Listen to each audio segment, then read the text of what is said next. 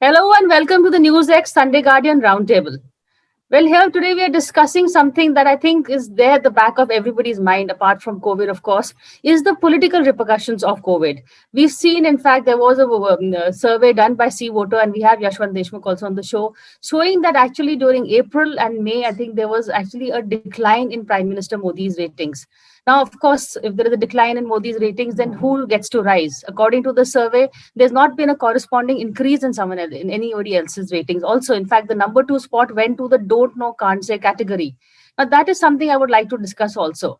Are there any options apart from Prime Minister Modi? No, I'm not talking about names. Of course, we'll discuss names. But in terms of will there be a vote against Prime Minister Modi or will there be a vote for, I mean, can we vote against someone? It's been done in the past. We've had when Murarji Desai came in, we even have the coalitions of the UPA of Devi Lal and Indra Kumar Gujral. So there have been situations when there's been a vote against some government also.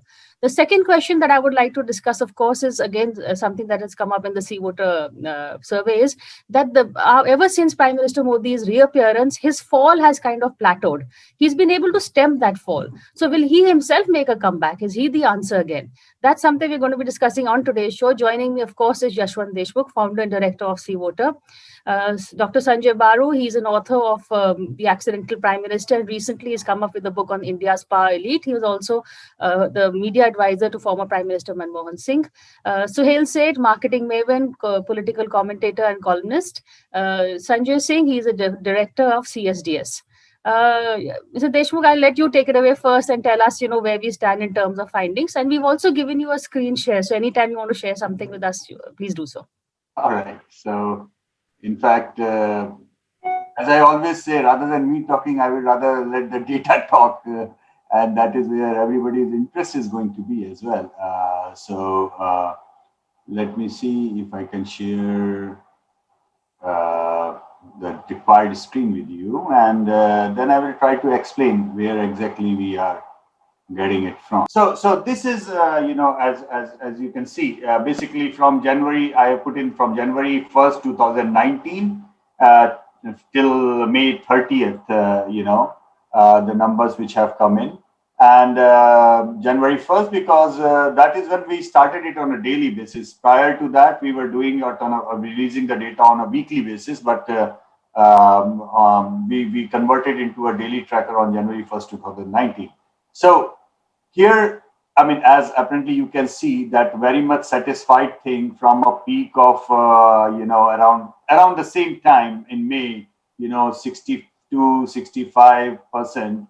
It has kind of crashed down to at this point of time around 37, 38%, What is interesting, however, is that if you will look into the timeline of this thing, I will just show you last 6 months, and you can see that the numbers had started going because of the economic reasons down, but it actually, the big shift of red line actually coming dangerously close to the green line happened in the last 3 months, and particularly, somewhere around in April, 6th onward, it started actually going dangerously upward. That was precisely the 15 days period, 20 days period, I would say, when the state assembly elections of the rest of the states got over, only West Bengal remained. But the political rallies of the West Bengal continued. That did the damage.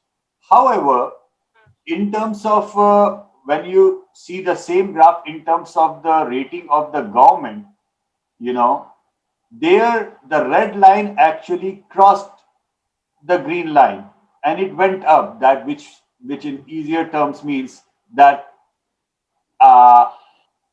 number of people who were satisfied with the central government became less, and number of people who were dissatisfied with the central government became more. However, the same was not the case with the prime minister's rating. And if I look into the last 4 weeks, here you will see a kind of plateauing up of the line. The lines have become flatliner. This means for Prime Minister Modi personally, his ratings are now, I mean, the worst is possibly over. Because it is not going down below this. It is, it's the the crisis for his own personal rating to be over in the last 4 weeks, slow and steady. I mean, it got down, gone down. At some point of time, it became almost the same 35.5 and 30, dangerously close for the red line to tip the green line.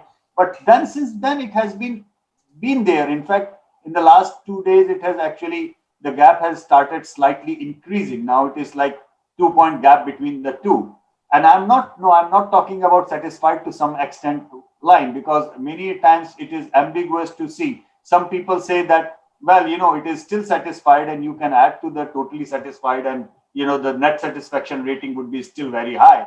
Well, that applies on all of them. It's not just him. If I will take that definition, it will apply on Rahul Gandhi, Sonia Gandhi, all opposition leaders. We have been mapping all of them. I will not go into that detail. I'm right now discussing only. So this, going by the same thumb rule as well, Priya, what is very clear here is that I believe that in numbers, the crisis time or that part of the data is kind of over. Prime Minister's lowest possible thing is about 36%, which also tells us that is the core vote. Now, I can say, I mean, if I am reading it right, Sanjay Bhai can probably correct me, that the people who are, even in this crisis, they are kind of rock solid behind the Prime Minister. That number is about 36%, I would say. And this has some interesting overlapping with our COVID tracker, if you will see. We run the COVID questions as well, where we ask about, is somebody in your family is affected with corona, and if is hospitalized or like that. So that number, you can easily see that actually around the same time the numbers started going up, of mortality, of hospitalization and everything. And I will actually try to make it easier for you, like, in terms of recover, active cases and mortality. In the last 6 months, obviously, around the same time, 6th April onward, the cases shot up big time. You can see here. And I will only look into the active cases, for example. See.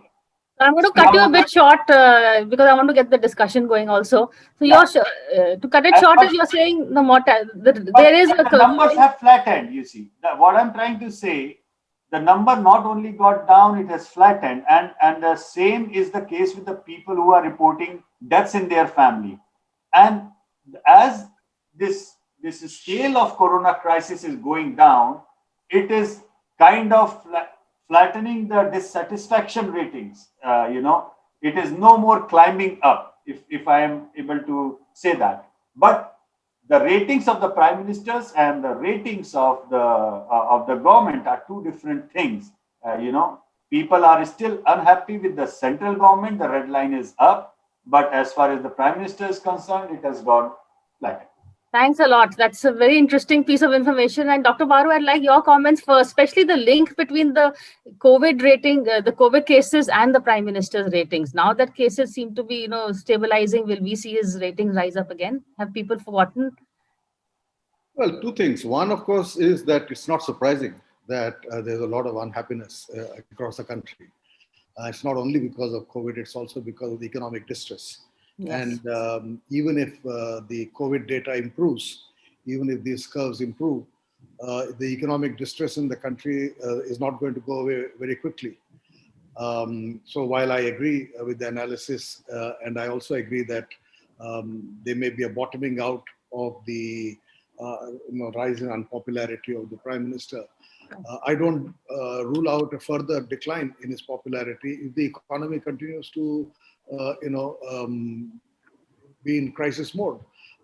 If inflation picks up in next year, if unemployment continues to rise, there are a lot of other issues that also are contributing to this. So I don't think one should directly correlate only the COVID data to the ratings. I think the ratings reflect a larger problem of governance, of dissatisfaction with governance across the country. How do you explain the rise? Pardon? How do you explain the decline in the fall or the rise? The sharp increase is due to COVID, but the overall rating still remains, is not very favorable. 36% approval is all right, but it's not enough. So whether he can improve from 36 to 40, 45 by the time of the next election is a challenge. But, on the other hand, to answer your other question at the beginning, it's too soon. I mean, Harold Wilson said 1 week is a long time in politics, and 3 years is an enormously long time in politics. And Mr. Modi knows one thing or two about politics. He can turn the narrative around. He can, do things that improve his popularity, even if the economy continues to be in crisis mode, even if the management of the coronavirus continues to be haphazard. But I think it's valuable data that has been put out, and this must worry the government.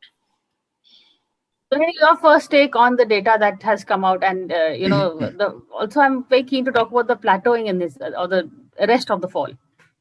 I think, I hate to say this, the plateauing is more out of fatigue than out of genuine, anger. People are now tired. People want control of their lives. I think this is not just a plateauing, and I'd love Sanjay Baru's comment, Dr. Baru's comments on this. I think the Prime Minister has been pushed into what I would call a corner of irrelevance and non-use by the general public.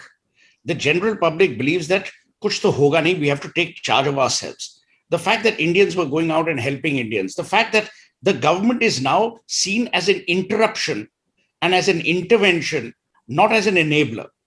So, to my mind, and this is a very important point I'm about to make, and Yashwant touched upon it and you alluded to it, the citizen has lost faith in government and party. Party was evident in what happened in Bengal, despite the amount of money spent, what is continuing to happen in the government, because the governments are not seen to be of any help. They're of absolutely no use. Also, the trivial aspects of this government are being highlighted, whether it is a fight over a toolkit, whether it is through Twitter, whether it is to fight with Facebook. So people are saying this Prime Minister is now worried about three things: image, image, image. The rest he has parked. The fact that he ceded control of this issue to states is a further reflection. See, you can't have partial pregnancy. So you can't be selective in your responsibility and accountability. You can't on April 15 or April 17, 2020, say, please bang thalis, and then in April 2021, leave citizens banging their heads because they don't know what to do. So I think the Prime Minister needs someone to tell him as it is. Is he an astute politician? Yes. Is he a great person in governance? Apparently not. Gujarat is not the same as running a country. Here, you have to be pliant, you have to be pliable, and you have to be empathetic towards the states. I'll give you a small example. When you talk less, you do more. And when you choose your words carefully, you do even more. Naveen Patnaik has come out more statesman-like than any other person in this time of crisis. Mamata Banerjee has always been petulant, so we will park that. But I'm saying, my worry is internationally, we are being shamed for whatever reason. I don't want to get into whether it's liberal media, illiberal media, Washington Post, New York Times. That's a separate matter. Let's look at the reality. India's healthcare system has shown you for what it's worth. The public healthcare system collapsed.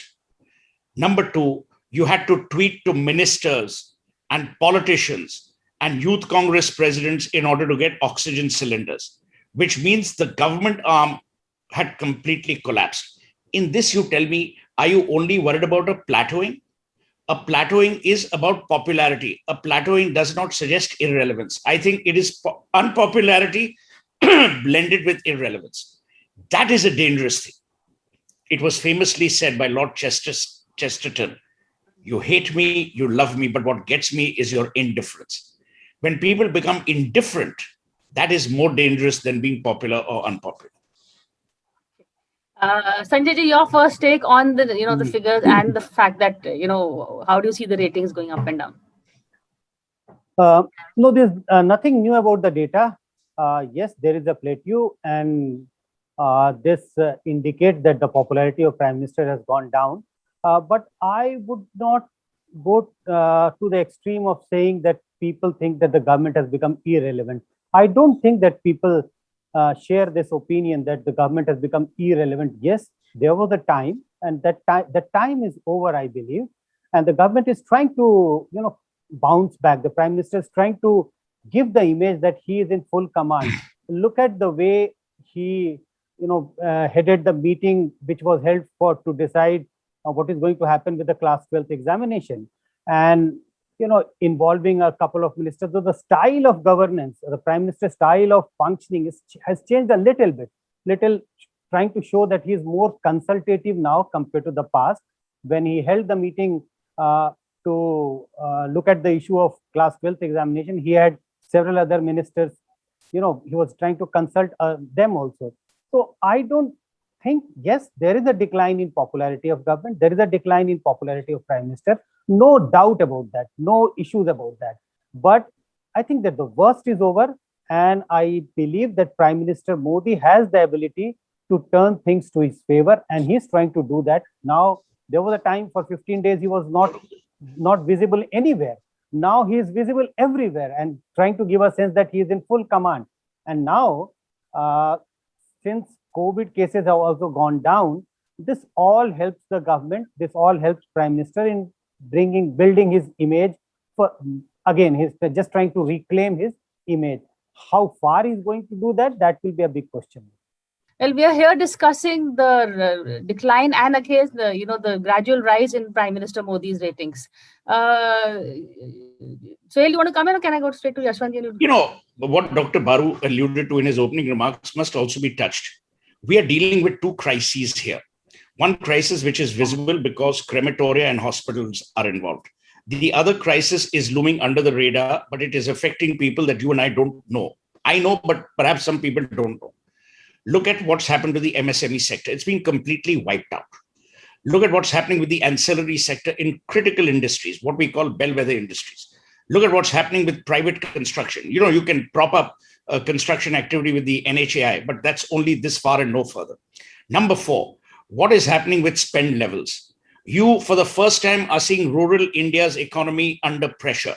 Please understand that last year, when we went through a lockdown, blah, blah, blah, it was the rural spending that saved India. It was rural spending, rural economy. Now, Dr. Baru and all are economists. I'm just giving you the marketing perspective. Companies that were in the FMCG business, that were in steel, that were in cement, were actually surviving because rural India was kind of insulated economically. Today, rural India has become part of this bubble or this so-called bucket. My worry is, how will you turn the economy around? Because you have two things to contend with. Number 1, you have a third wave that is coming up for which you will have to spend on healthcare. And spending on healthcare is not like buying oranges that you go tomorrow and you spend and it'll be ready. There has been no plan. There has been no process, which is why I disagree slightly with Sanjay. I don't want prime ministers to appear or reappear. They're not genies. I want them to do their work. In fact, I'd much rather have a silent prime minister who doesn't appear but does his work rather than a guy who's always appearing and does no work. That's my take. Not on this prime minister, on any prime minister. Second, what is your economic revival plan? Of the 127 lakh crores that Nirmala Sitharaman very graciously and generously promised, what has actually happened? Look at what the UK and the US have done. They've adopted furloughs. They've adopted 80% salary protection. They have obliviated taxes. I'll give you one last example and then keep quiet. Your entire hospitality industry, which is the second largest economic generator in India and the largest skilled oblique unskilled employer, is in deep, deep trouble. You have continued to take excise tax. You're continuing to charge them for taxes, even though their properties are shut. Look at what you've done to the restaurant industry. So I'm not being Dr. Doom, but I'm saying you will have two parallel issues to contend with: Corona and commerce. How are you going to address both at the same time if even one overwhelmed you so much?